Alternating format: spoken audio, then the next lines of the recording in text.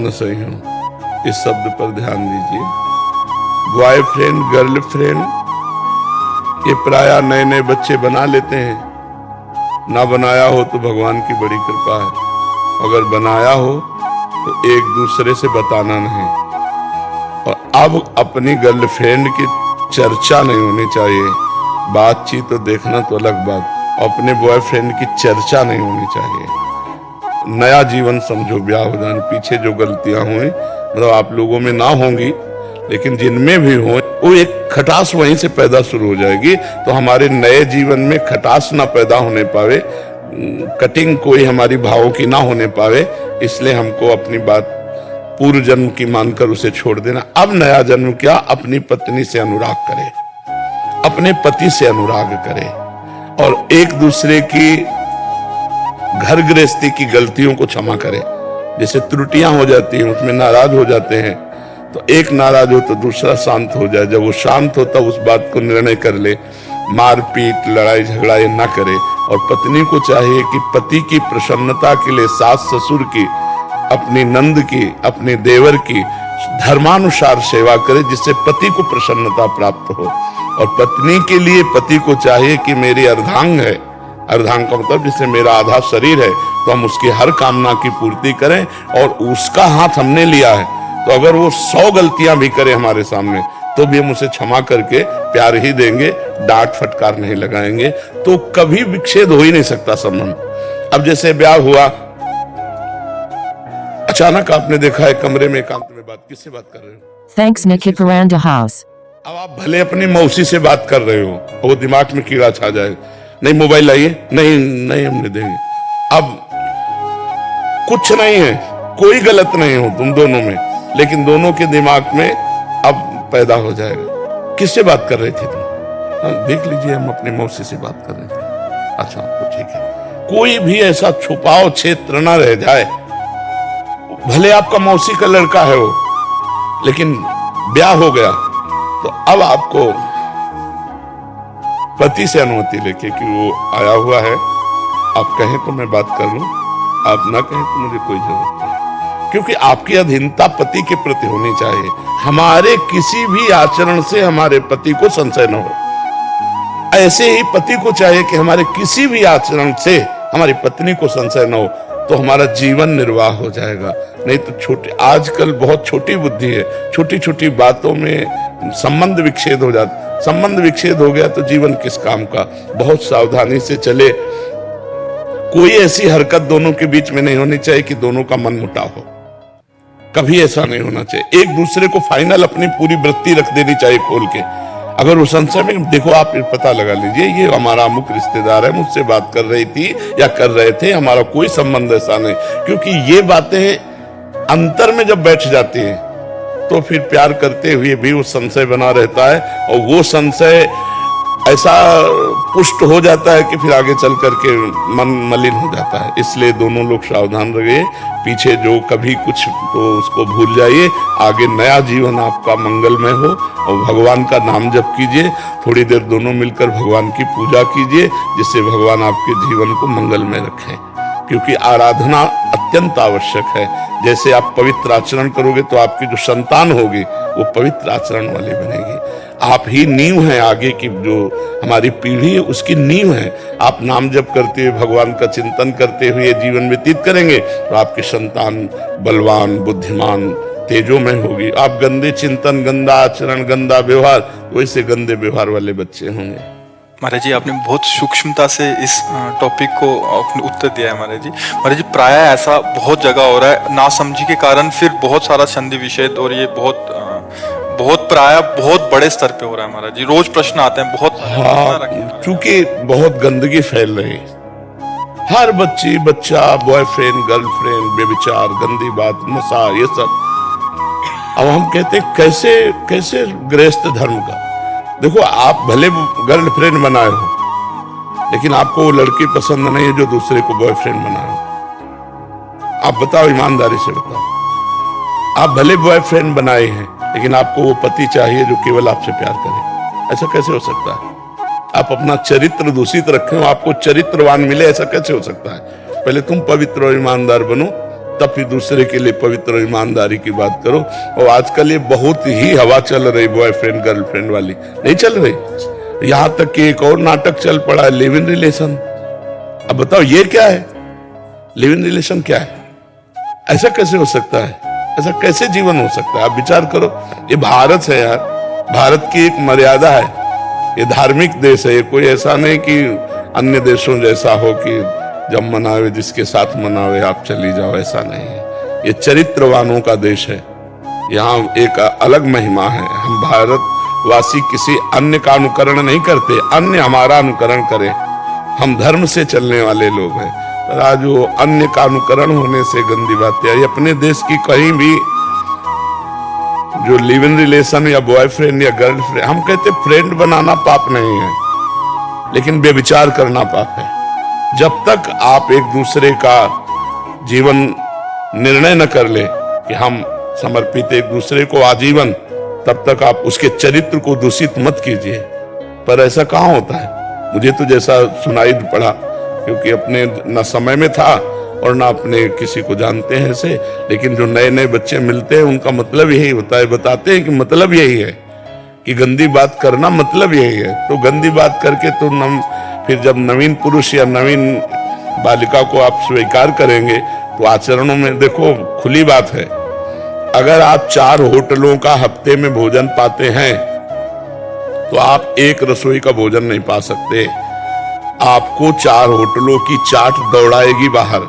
तो जब ये रसेंद्रिय है तो जनेंद्रिय। फिर अगर 4 पुरुषों से तुम्हारा मिलने का स्वभाव रहा है तो तुम एक पुरुष में नहीं टिक सकती। अगर 4 लड़कियों से मिलने का स्वभाव रहा है तो एक लड़की में नहीं टिक सकते। अब गृहस्थी तुम्हारी क्या होगी?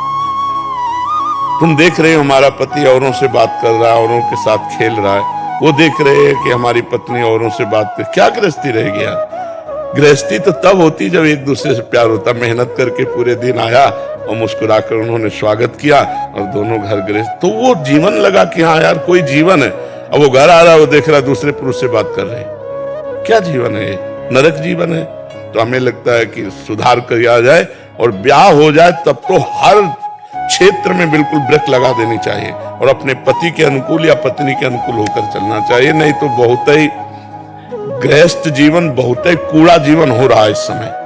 हर दूसरे दिन महाराज जी अदालत में केस आता है हमारे पास, हर दूसरे तीसरे दिन केस आता है। आप तो वकील हो, आपको तो पता है। सैकड़ों की तादाद में हमारे पास केस आ चुके हैं पिछले 3 साल के अंदर। महाराज जी एक और सूक्ष्म विषय आपके समक्ष रख रहे हैं महाराज जी। जैसे विवाह हो गया, एक पत्नी का या एक पति का भाव ठीक है, बट दूसरे जने का भाव ठीक नहीं है, तो ज्यादा घुल मिल के बातचीत करना अकेले में, वो भी एक बड़ा धर्म संकट हो सकता है। मतलब किसी और से घुल मिल के, हाँ मतलब क्योंकि वो तो बाहर हैं या इधर वो घर में है, ये बाहर हैं, तो फिर वो किसी अन्य। बिल्कुल नहीं, पत्नी को सावधानी रखनी चाहिए कि कभी भूल करके ऐसे आचरण नहीं करने चाहिए, या पति को भी, कि जिससे पति पत्नी के बीच में संशय पैदा हो जाए। क्योंकि संशय हो गया तो फिर कितने दिन टिक पाओगे? एक जगह कितने दिन टिक पाओगे? संशय नहीं होना। तभी तुम कह रहे हैं ऐसी माया का प्रभाव चल रहा है कि माता पिता पुत्र में संशय, पति पत्नी में संशय, मतलब विश्वास हटता चला जा रहा है। विश्वास हटता चला, बिना विश्वास के सब धूल है, सब धूल हो जाता है जीवन। गृहस्थ जीवन कितना सुंदर जीवन है। आप एक सद्भावना में देखो तो कितना सुंदर जीवन है। माता पिता की सेवा कर रहे हैं, मेहनत करके धन कमा रहे हैं, पत्नी के साथ खुशी है, छोटे छोटे बच्चे राजी खुशी से, ये कितना सुंदर सेवा बन रही भगवान की। अब उसी में ये सब गंदी बातें तो सब कूड़ा हो जाता है। इसके लिए शास्त्र स्वाध्याय करो, सत्संग सुनो, नाम जप करो, जिससे बुद्धि पवित्र हो, हमें पता चले क्या करना चाहिए क्या नहीं करना चाहिए। तलाक और डाइवोर्स तो वैसे भी सनातन में नहीं। इसका तो गाँव में कभी सुना ही नहीं ना, गाँव में कभी हुआ ही नहीं, कभी सुना ही नहीं। ये तो अब सुनने को, हाँ कितनी बड़ी, आप देखो कितनी बड़ी समर्पण वृत्ति होती थी। हम अपने सामने की बात कह रहे हैं कि लड़का कभी लड़की को देख नहीं सकता जिसके साथ ब्याह हुआ है, लड़की लड़के को नहीं देख सकती।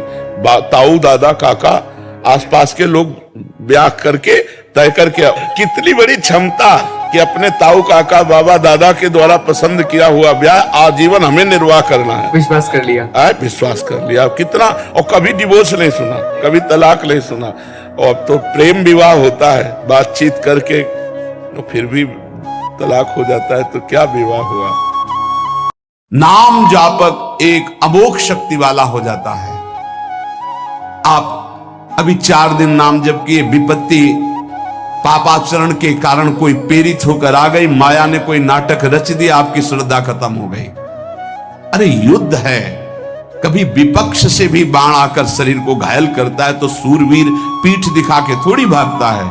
ऐसे ही भजन के मार्ग में उतरा जाता है, चाहे जितनी विपत्तियां आए, अब नाम नहीं छूटेगा तो विपत्तियों का कोई प्रभाव आप पर नहीं पड़ेगा। हरि स्मृति सर्व विपदि मोक्षम, भगवान व्यास देव जी कह रहे हैं। और ये नाम में प्रियता तभी होती जब किसी नाम जापक संत का संग हो जाता है। बिना संत संग के भजन में रुचि हो ही नहीं सकती। कहीं भी किसी का अगर नाम चल रहा है, संत संग से, जब वो नाम जापक स्वयं नाम का उपदेश करता है तो उपदेश के साथ एक शक्ति जाती है जिसे शक्तिपात कहते हैं। वो वचन से भी होता है, दृष्टि से भी होता है, स्पर्श से भी होता है और संकल्प से भी होता है। शक्ति जो नाम जप की है, नाम जापकों की शक्ति जब साधारण जीवों में जाती, ए तुम आज से नाम जप करो, तो क्या समझते हो? उसके साथ नाम जप की शक्ति जा रही उसके पास। दृष्टि से देख लिया, मन से संकल्प कर दिया, वचन से बोल दिया, तभी नाम जप प्रारंभ हुआ। नहीं, पापाचरण करने वाला राधा नहीं बोल सकता। विश्वास कीजिए, पापवंत कर सहज स्वभाव, भजन मोर ते भाव न काओ। संत जन भगवान के पार्षद हैं, अहेतु की कृपालु हैं, वो कृपा करते हैं तब नाम जप शुरू होता है। एक पति पत्नी में बहुत आसक्ति थी परस्पर, नाम जप ये सब तो आसक्ति के कारण कहीं गुंजाइश ही नहीं थी। जैसे एक साधारण कामासक्त दंपति, ऐसे एक बार एक संत भगवान वहां से तो देखा कि परिवार में बिल्कुल अश्रद्धा है संतों के प्रति, ना भगवान का भजन न धर्म। तो सामर्थ्य भजन से जो जितना करता है, ऐसे उनको देवर्षि नारद जी मिल गए। तो नारद जी से कहा, आप परम कृपाल हो, ये दंपत्ति इस घर में रहते हैं, बहुत आसक्त हैं, क्या इनकी परस्पर आसक्ति हट सकती है और भजन हो सकता है? बोले तो ऐसे हो जाएगा, चुटकी बजाते। बोले इतना आपस में प्रेम करते हैं कि उनका मन ही नहीं हटा सकते आप। बोले आप 2-4 दिन में फिर कभी आना तो देखना, ये साष्टांग दंडवत करके आपको प्रसाद पवाएंगे, ऐसी इनके अंदर भक्ति आ जाएगी। नारद जी गए, पति कहीं बाहर कार्य से गया था, पत्नी को कहा, कैसे आप संत भगवान कैसे आए? एक खास बात बताने आए हैं तुम्हें। क्या? ये जो तुम्हारा पति था ना, ये पूर्व जन्म का नमक बटोरने वाला नोनिया था। बोले नहीं प्रभु, ऐसा नहीं। बोले रात में जब सो रहा हो तो तुम उसकी त्वचा को चाट के देखना, बिल्कुल हमारी बात सत्य मिलेगी। तुम जो इतना प्यार कर रहे हो तुम्हारे काबिल नहीं। ऐसा कैसे हो सकता है? पक्का। कहां खेत है तुम्हारा? जहां पति गए, बता अमुक से नारद जी गए। कैसे बाबा जी? बोले एक बात बताने आए, जिसको तुम पत्नी को बहुत प्यार करते हो ना, नागिन है पूजन। बोले आप कैसे कर? बोले हमें त्रिका लग गए, हम जानते हैं। बोले अगर परीक्षा करनी हो तो रात में सोने का नाटक करना, देखना जबान निकाल के आगे। देवर्षि नारद जी ने, अब वो कि बाबा जी बोल गए थे कि तो रात में वो सोने का नाटक, डर भयानक उसके सता रहा था कि नागिन है पास में। अब जब चाटने होगा जो ही जवाब निकाले फिर समझ गए वो, और चिल्ला पड़े वापस। बड़ा तो दृष्टांत सागर का है ये। अब रात तो बहुत विघ्नकारी हो गई, आपस का प्रेम एकदम खत्म। सुबह देवर्षि नारद जी आए, बोले ये तो हमने आपके साथ विनोद किया था, वस्तुतः ये नागिन नहीं है, वस्तुतः ये ऐसा नहीं। हमें समझाने आए कि तुम दोनों का प्रेम ये नाशवान है, आज नहीं तो कल नष्ट हो जाएगा। जीवन की सार्थकता भगवान नाम जपने में है, भगवत आराधना में। नारद जी की कृपा से उनके हृदय में भक्ति जागृत हुई। अगर हमें संत ना मिले तो सच्ची कहते हैं भगवान के चरणों में या नाम में प्रीति हो ही नहीं सकती। बस केवल इतना लगता है कि नाना प्रकार की भोग सामग्री जो हम भोग रहे हैं, ये किसी को यही नहीं लगता कि यहां से छोड़ के जाना है। दूसरे को फूंक के आ रहे हैं और स्वयं को ये पता नहीं कि यहां से छोड़ के जाना, यहां से कुछ नहीं ले जाना। शाश्वत शांति की खोज के लिए अनंत जन्मों से भटक रहे हैं, वो केवल श्री भगवान में मिलती है। जो उपासक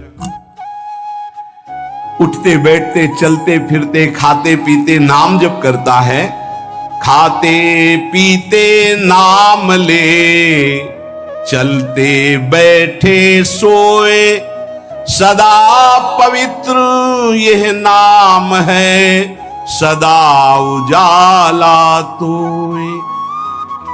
जो नाम जपने के लिए जरूरी नहीं है कि आप पद्मासन लगा के बैठे, आप आसन में बैठे, नहीं। गृहस्थी धर्म में आप खेत जा रहे नाम जप करते हैं, आप एक एक फावड़ा चला रहे नाम जप करते हुए, क्या चला जाएगा? बड़ी सामर्थ्य नाम में, एक अमोघ सामर्थ्य नाम में। आप विश्वास कीजिए, एक नाम भी व्यर्थ नहीं जाएगा। अश्रद्धा से भी नाम उच्चारण कर लिया, भारी पड़ेगा यमराज के हिसाब में।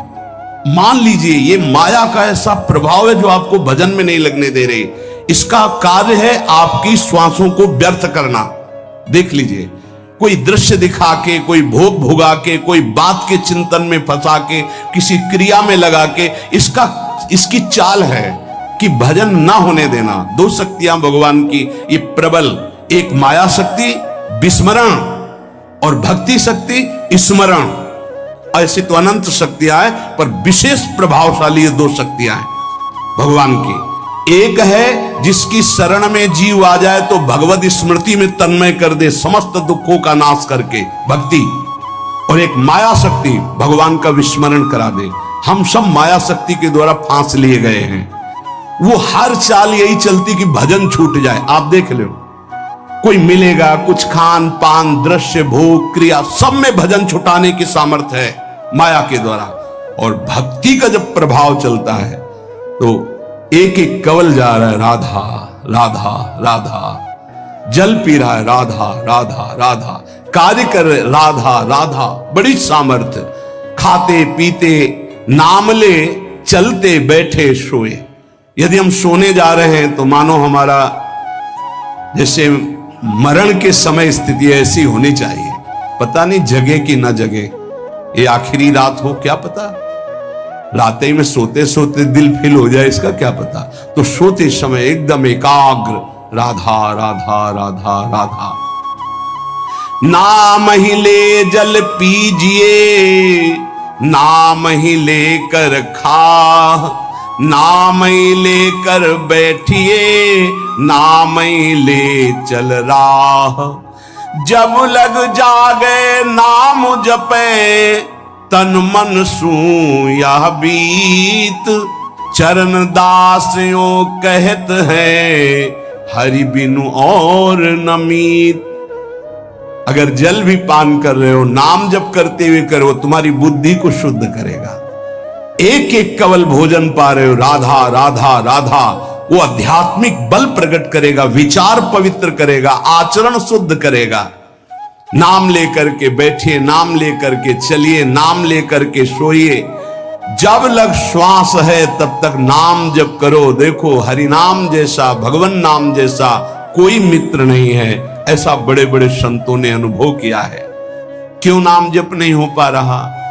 कामी मति विष्ठल सदा चले चाल विपरीत, सील नहीं सहजो कहे, नैनन माही अनीति। गंदे नेत्र, जिधर देखे वो पापाचरण की वृत्ति देखता रहता है। वाणी गंदी, दूसरे की निंदा चुगली पाप करना। मति गंदी, काम बहुत ही गंदा मलिन स्वभाव बन गया है। जिधर देखो, मंदिर जाओ, संत के समीप जाओ, बहुत सावधान, बड़ा बढ़िया सौभाग्य मिला है। बिना भगवान की कृपा के संयोग नहीं बनता। जैसे आप बैठे सुन, उस समय आप वो वस्तु ग्रहण करो जो कहीं नहीं मिल सकती, सत्संग। उस समय भी आपकी दृष्टि मलिन जा रही, कामी मति बिस्टल सदा, एक तरफ रबड़ी रख दो, एक तरफ बिष्ठा पड़ा है, तो शूकर बिष्ठा की तरफ दौड़ेगा। हम लोगों की बुद्धि शूकर की तरह हो गई, मलमूत्र के शरीरों के भोगने की तरफ भाग रही। कौन सा इसमें परम सुख है? अरे इसी से हटने के लिए तो भगवान ने अवसर दिया, मानव देह, सत्संग दिया, शास्त्र स्वाध्याय, भगवत भाव में डूबने का अवसर। फिर भी वही गति, सदा रहे चित भंग ही, हृदय स्थिरता नाही। ऐसे लोगों का बड़ा चित्त चंचल होता है, हृदय स्थिर नहीं होता है। क्या करें? अगर ये भी नाम जप करने लगे तो सब शांत हो जाएगा, काम शांत हो जाएगा, मति पवित्र हो जाएगी। अगर हमारे हृदय में काम बसा रहा तो नाम नहीं चल पाएगा, नाम रुक जाएगा। हमें एक एक चीज पावन करनी इसी नाम से, वाणी, नेत्र, श्रवणेन्द्री, संपूर्ण शरीर, अंतःकरण, तब भगवत मिलन होता है। इसी शरीर को भगवान हृदय से लगाते, ध्यान रखना। जब भगवान प्रकट होते हैं तो ऐसा नहीं है कि वो भाव में केवल प्रकट होते हैं। जैसे हम आप देख रहे हैं, हम आप मिल रहे हैं, ऐसे भगवान अपने भक्तों को हृदय से लगाते हैं।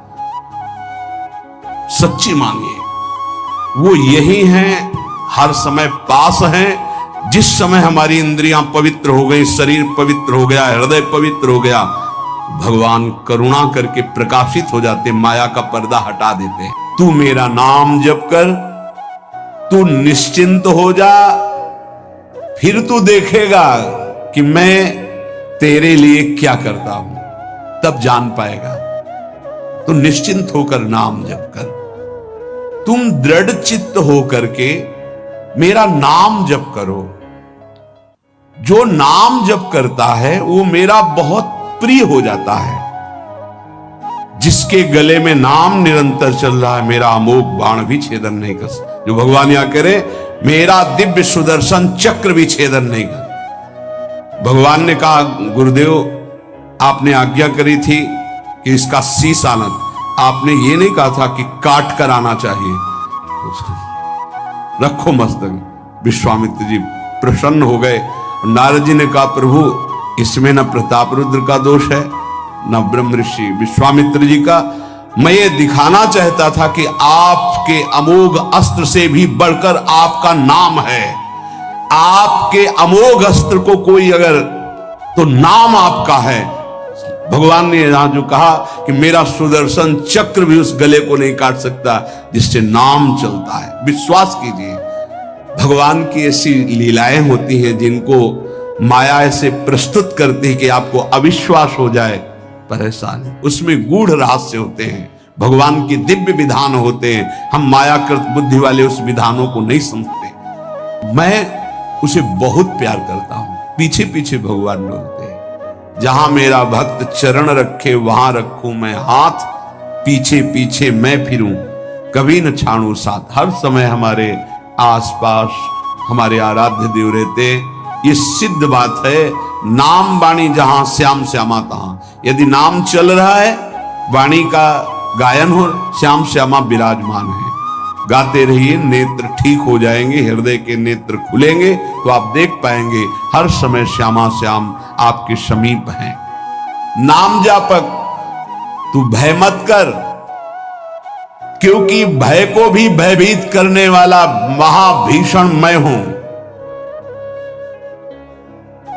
भयंकरों का भी भयंकर मैं हूं, और तू मेरा नाम जपता है तो तुझे कौन भय प्रदान कर सकता है। 5 वर्ष के बालक हैं प्रहलाद जी महाराज।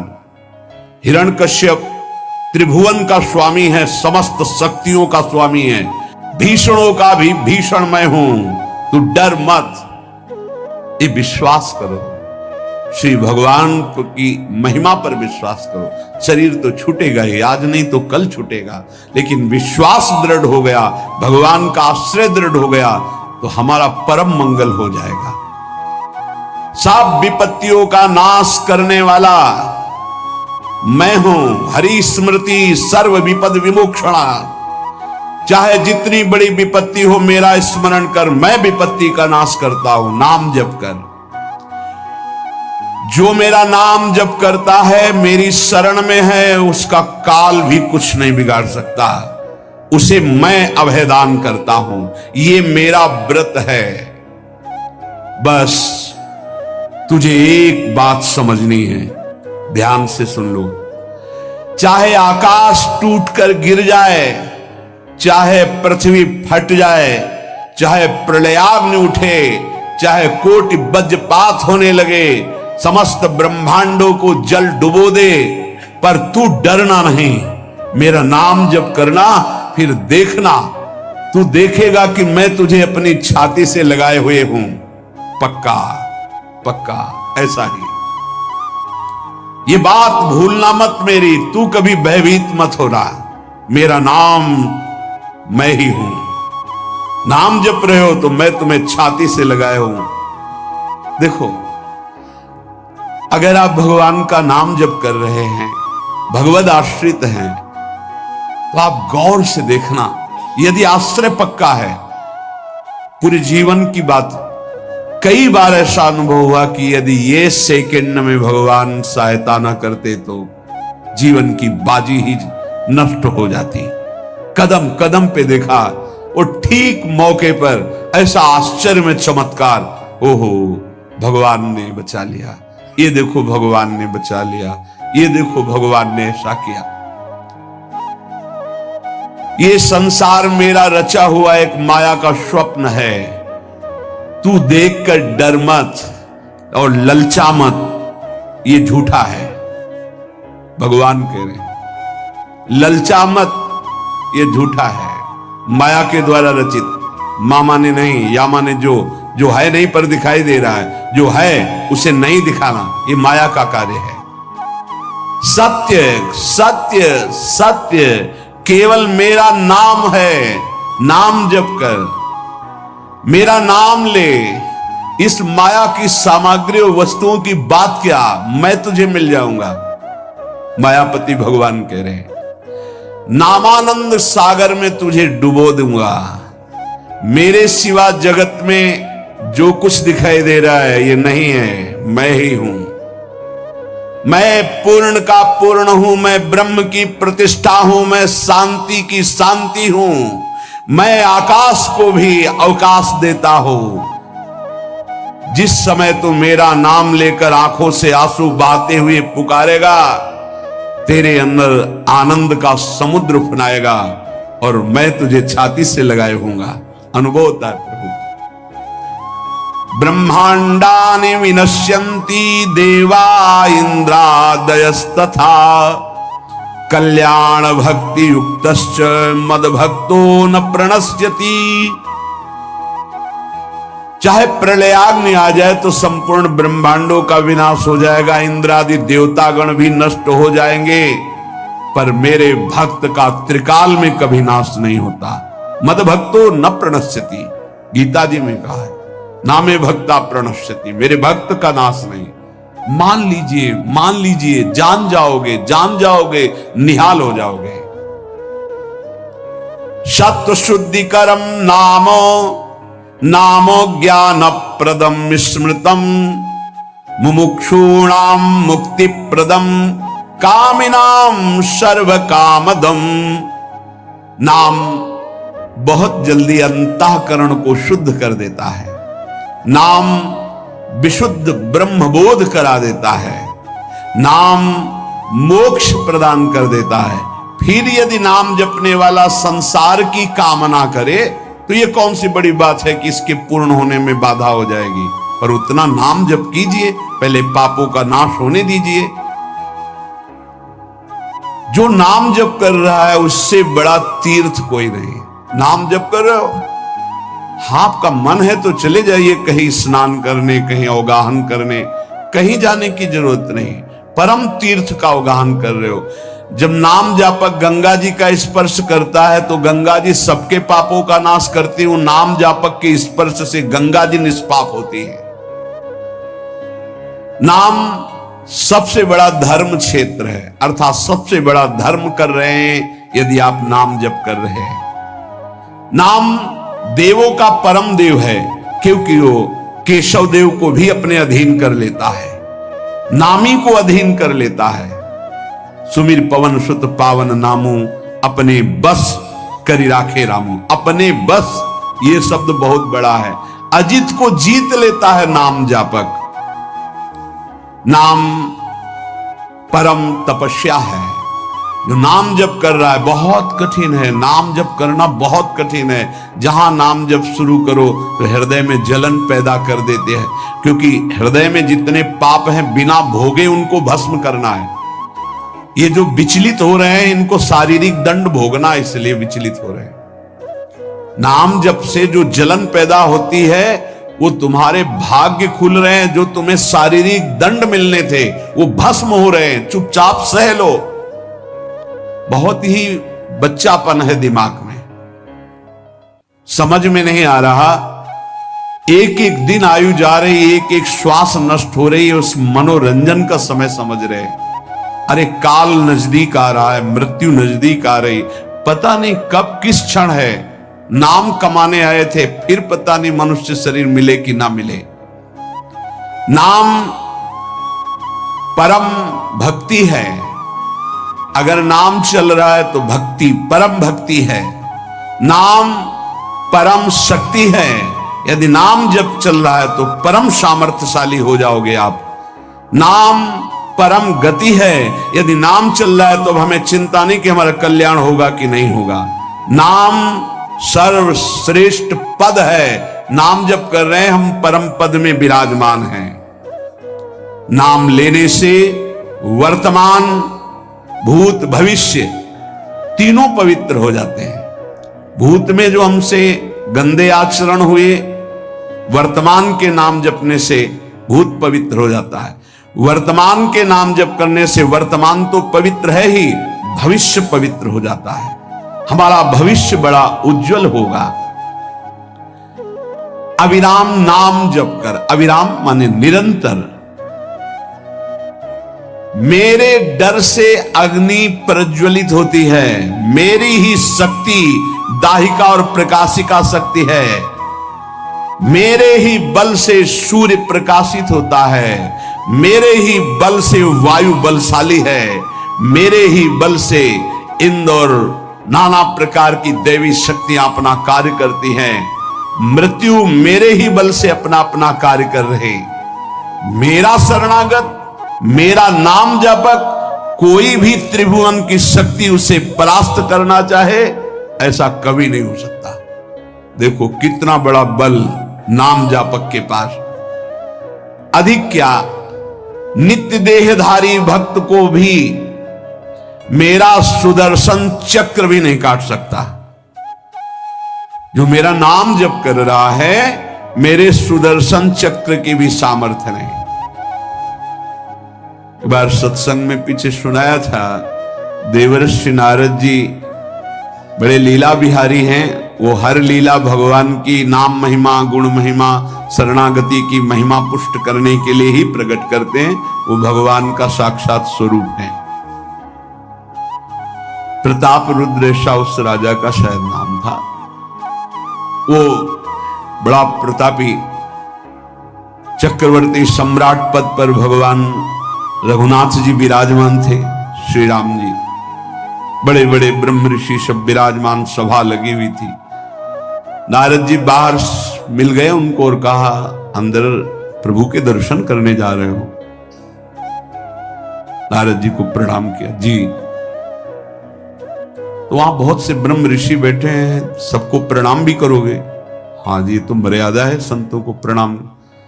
तो विश्वामित्र जी को भी प्रणाम करोगे? हाँ, क्यों, वो तो ब्रह्म ऋषि हैं। क्यों, ब्रह्म ऋषि कहाँ हैं? कौशिक वंश में प्रकट हुए, क्षत्रिय कुल में। उनका नहीं, तपस्या से तो ब्रह्म पद प्राप्त किया है उन्होंने। हाँ, पर मूल में तो नहीं। आपका उद्देश्य क्या है? बस ऐसे कर लेना, माथा मत रखना। देवर्षि नारद जी कहे, सब ऋषियों के माथा रखना। गए भगवान के दरबार में, भगवान को नमन किया, सब ऋषियों के चरणों में मस्तक रखा और विश्वामित्र जी के सामने जाके ऐसे करके ध्यान भी नहीं